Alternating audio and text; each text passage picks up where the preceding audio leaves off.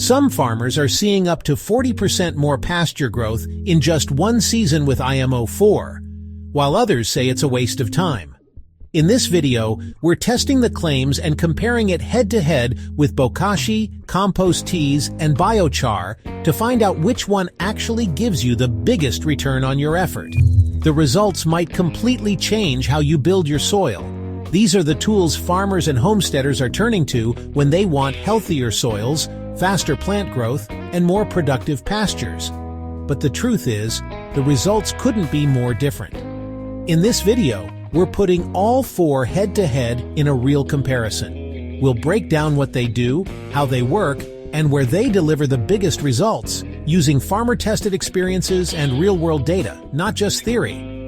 By the end, you'll know exactly which approach makes the most sense for your farm, your garden, and your goals. And here's the twist. The method that performed the best in our comparisons wasn't the one I expected, and it's probably not the one you've been hearing the most about either. Stick with me because the results surprised me, and they may change the way you think about building healthy soil.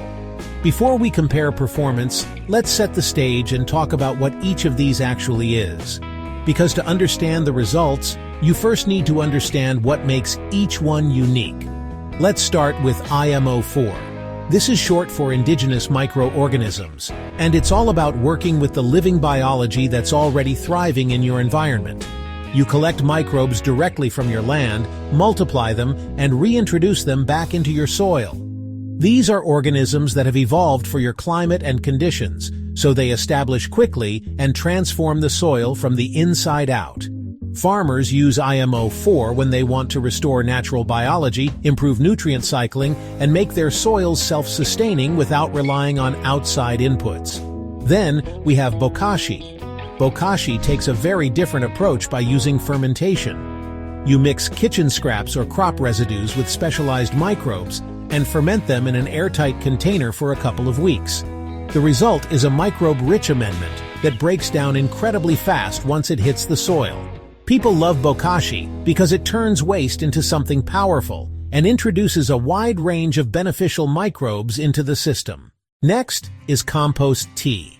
Compost teas are brewed liquids made by steeping compost in water, often with a little food to multiply the microbes. They're popular because they're easy to spray directly on plants and soil, giving a quick boost of active biology. When you apply a good compost tea, plants respond fast, leaves look greener, growth improves, and stressed crops recover more quickly. But compost teas tend to work best when paired with something else that builds lasting soil structure, because the effects on their own can be short-lived. Finally, there's biochar. Biochar is created by heating wood or crop residues in a low-oxygen environment, producing a porous, carbon-rich material. Think of it like a sponge for your soil. It doesn't add microbes by itself, but it creates an incredible habitat for them to live and thrive. When you charge biochar by mixing it with IMO, compost, or nutrients, it becomes a long-term home for beneficial biology. Biochar also improves water retention, reduces nutrient loss, and lasts in the soil for decades, making it one of the longest-lasting tools you can use to rebuild fertility. Now that you know what each amendment is and why farmers use them, the question becomes, which one actually delivers the biggest payoff for your time, energy, and money? That's where things start to get interesting, and where the results might surprise you. One farm in Kentucky. Their pastures were so compacted that water ran right off instead of soaking in. After 3 IMO 4 applications and a small amount of biochar, they reported a 37% boost in forage density and noticed earthworms returning within the season. Meanwhile, over in Oregon, a small market garden used Bokashi instead, and they saw faster fruit set on tomatoes and cucumbers. But the improvements faded after harvest without building long-term soil health. These kinds of results kept showing up again and again when we compared methods. All right, now that we've met the contenders, let's talk about how we're putting them to the test. Because this isn't just opinion, and it's not about which one is the most popular right now. This is about results. We're comparing these amendments across a few critical areas: how quickly they bring soil back to life, how much they boost plant growth and yields, how much time and effort they take to use, and whether they give you a short-term burst or long-term transformation. These are the questions farmers keep asking. Which one actually moves the needle? Which one saves you money? Which one fits into the rhythm of a working farm? And here's the thing, not everyone has the same goals. Some people want to recover dead, compacted soils as quickly as possible. Others care about producing the highest quality vegetables for market sales. Others are working with large pastures and need something that scales. By the end of this video, you're going to know exactly which approach matches your priorities. And I'll warn you now, when we looked at performance, one of these amendments outpaced the others in ways I didn't expect. It completely changed how I think about using these tools together, and you'll see why in a minute. This is where things get interesting, because on paper, these 4 methods sound similar, but in practice, the results couldn't be more different. If you're trying to bring your soil biology back to life quickly, IMO 4 is hard to beat. Since you're using microbes collected directly from your land, they recognize your environment immediately and establish fast. I've seen farms where the soil went from dry, dusty, and lifeless to dark, soft, and smelling like a forest floor in just a few weeks after the first IMO 4 applications. One mistake I see a lot of beginners make with IMO 4 is collecting microbes from depleted soils. If your source area is stressed, your culture will be weaker.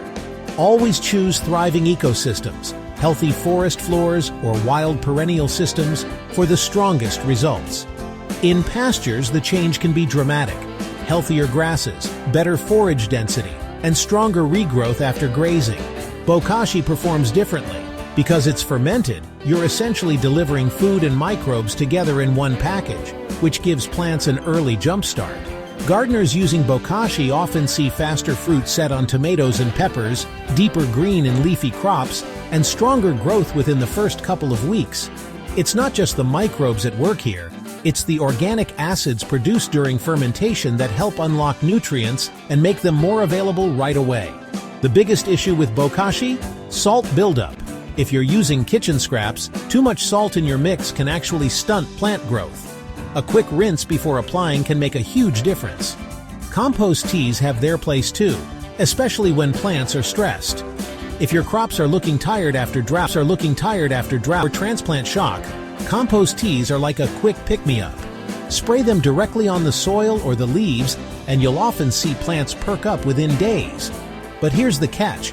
Those benefits don't last long unless you pair compost teas with something else that builds lasting soil structure. And then, there's biochar. Biochar works on a completely different timescale.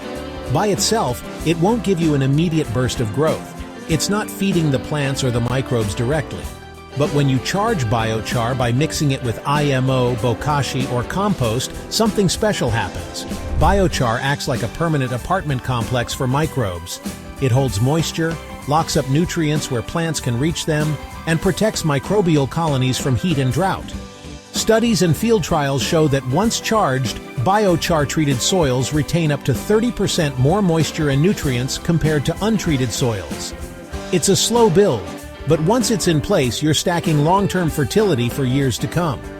Now here's the first big surprise.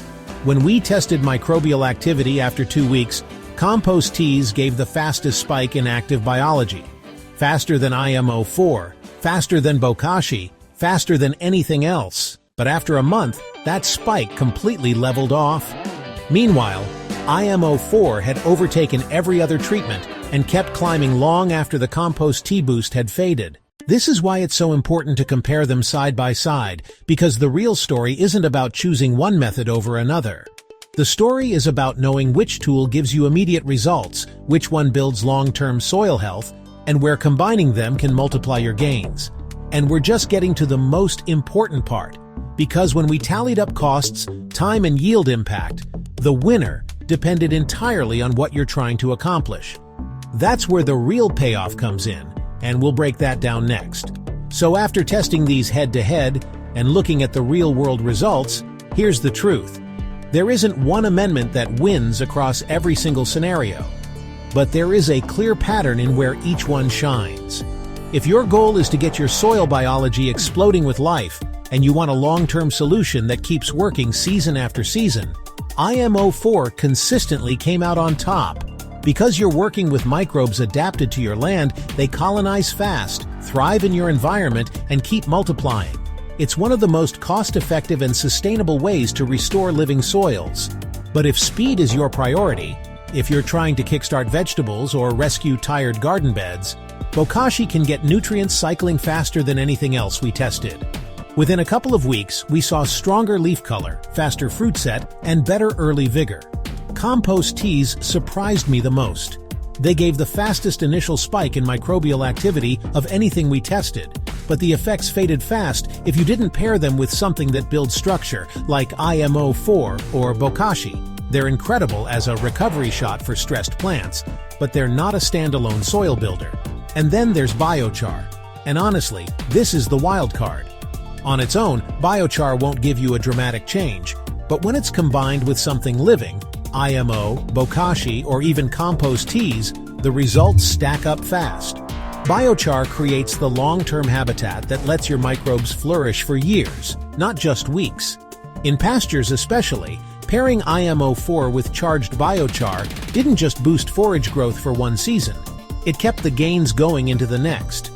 The big takeaway here is this: the best results came when we stopped thinking about these as competing solutions and started combining them strategically. If you need an immediate boost and long-term fertility, IMO 4 plus biochar is a powerhouse. If you want a quick nutrient surge, Bokashi plus compost tea gets you there. The tools aren't fighting each other. They're pieces of a system that, when used together, can completely change the health of your soils. And that brings us to the real question: how do you decide where to start? That depends on your time, your budget, and your goals, which is exactly what we're tackling next. So here's what we learned.